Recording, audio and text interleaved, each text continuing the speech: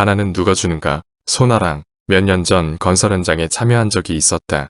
난 기술직이었기에 시간적 여유가 많은 편이었다. 갑자기 살수차 기사가 출근하지 않았다. 어제 소장과 한바탕 말씨름이 있었는데 그 불만으로 기사가 사보타지를 하는 것이다. 공사장 주변과 차량 통행이 잦은 주도로는 먼지가 많아서 수시로 물을 뿌려야 한다.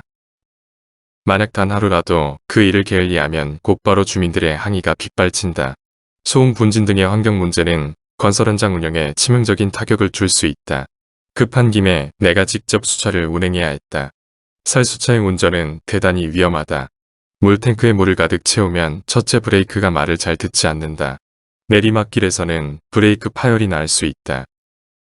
둘째, 무의 앞뒤 좌우로 출렁이면 핸들을 잡은 손이 심하게 흔들린다. 특히 급커브에서 회전하면 차체가 심하게 기울며 금방 전복될 것만 같다. 게다가 수차는 보통 폐차 직전의 고물차다. 수동식 기아가 오류를 일으키는 일이 잦다. 그런 때는 정말 진땀이 난다. 마지막으로 물을 채우려면 강가나 저수지로 내려가야 하는데 그런 곳에 길이 있을 리 없다.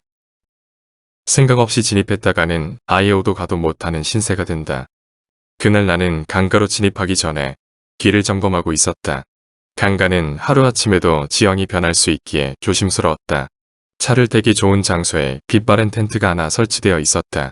양해를 얻기 위해 텐트 안을 들여다보았다.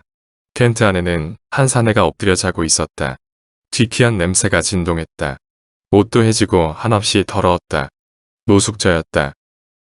머리맡에 내미는 언젠가 조리를 한 적이나 있었는지 라면 국물이 벌겋게 말라붙어 있었다.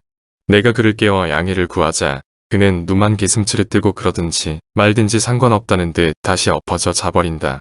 나는 텐트 옆에 수차를 바짝 붙이고 탱크에 물을 채웠다. 양수기 소리가 꽤 시끄러울 텐데도 그는 아무 소리 없이 잠만 자고 있었다. 밥이나 먹었을까?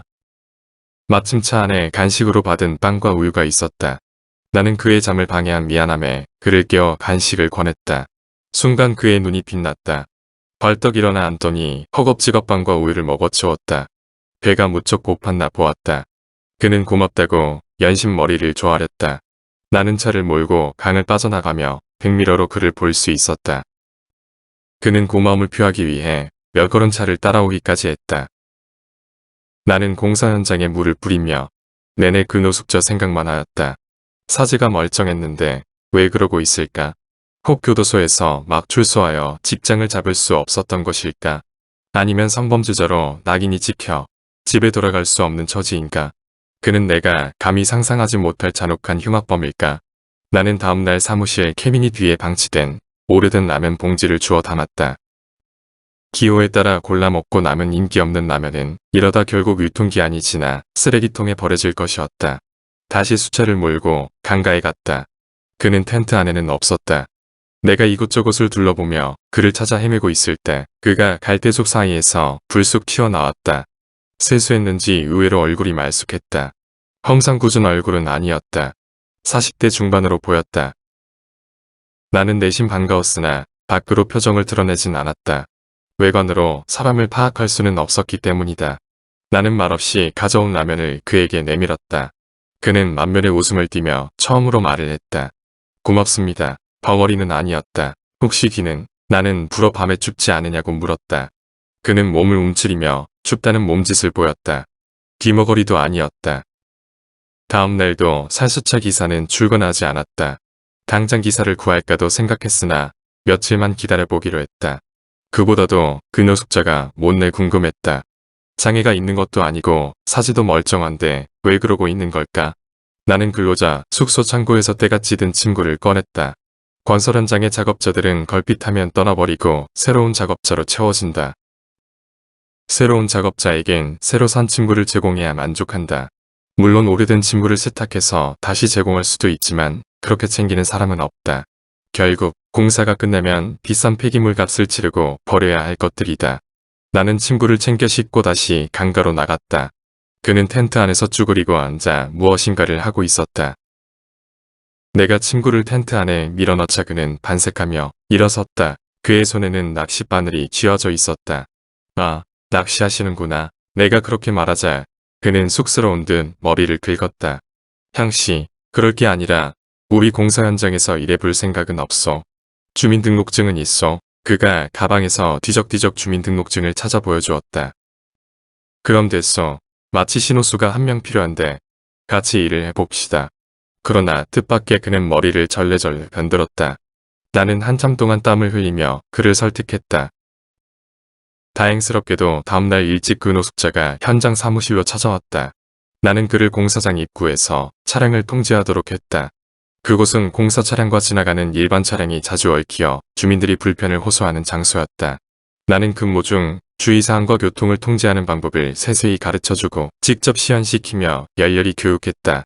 한 사람을 구제한다는 자부심이 가슴에 벅차올랐다. 그는 처음에는 내가 시키는 대로 따랐다. 그러나 시간이 갈수록 그의 동작은 시들해졌다. 마지못해 손을 들었다가 놓았다 할 뿐이었다. 한두 시간이 지나자 이제 그는 휴대폰을 들여다보기 시작했다. 그래도 휴대폰은 있었다. 나는 당장 주의를 시키었다. 사실 내가 할 일은 아니지만 내가 저지른 짓이니 책임이 컸다. 차가 지나가지 않아서 잠깐 봤어요. 그의 대답은 퉁명스럽기까지 했다. 현장 작업의 지연으로 그를 2시간 연장 작업시켰다. 그에게 돈맛을 보여주기 위해 경리과 직원에게 사정하여 그날 일당으로 12만 원을 그의 손에 꼭 쥐어주었다. 이제 돈맛을 보았으니 열심히 일할 것이다. 나는 그렇게 생각했다. 그러나 다음날 그는 출근하지 않았다. 분명 휴대폰이 있었음에도 그는 사무실이나 나에게 한마디 말도 없이 출근하지 않았다. 살수차 기사는 다시 출근했다. 나는 수차 기사에게 그를 예전에 본 적이 있었느냐고 물었다. 수차 기사는 이렇게 말했다. 신경 쓰지 마세요. 그런 사람들 상대할 가치도 없어요. 그날 나는 수차 기사와 함께 그 강가를 찾아갔다. 텐트는 있었지만 그는 보이질 않았다. 잠자리에는 그가 어젯밤에 머무르지 않은 것으로 보였다. 다음 날도 그 다음 날도 나는 그의 행방을 살수차 기사에게 계속 물어보았지만 그는 영영 보이지 않는다고 한다. 첫 근무날 차라리 그에게 일당을 손에 쥐어주지 않았다면 그는 하루하루 일한 게 아까워 계속 일을 할 수도 있었을 텐데 그렇든 아니든 결과는 마찬가지가 아니었을까? 그는 정말 일하기 싫어서 떠나버린 것일까? 아니면 여기서 일할 바에야 진짜 자신만의 일을 찾겠다고 떠나버린 것일까? 제발 후자의 경우였으면 좋겠다. 아무튼 그의 삶은 그의 것이고 선택은 그가 해야 할 것이다. 끝.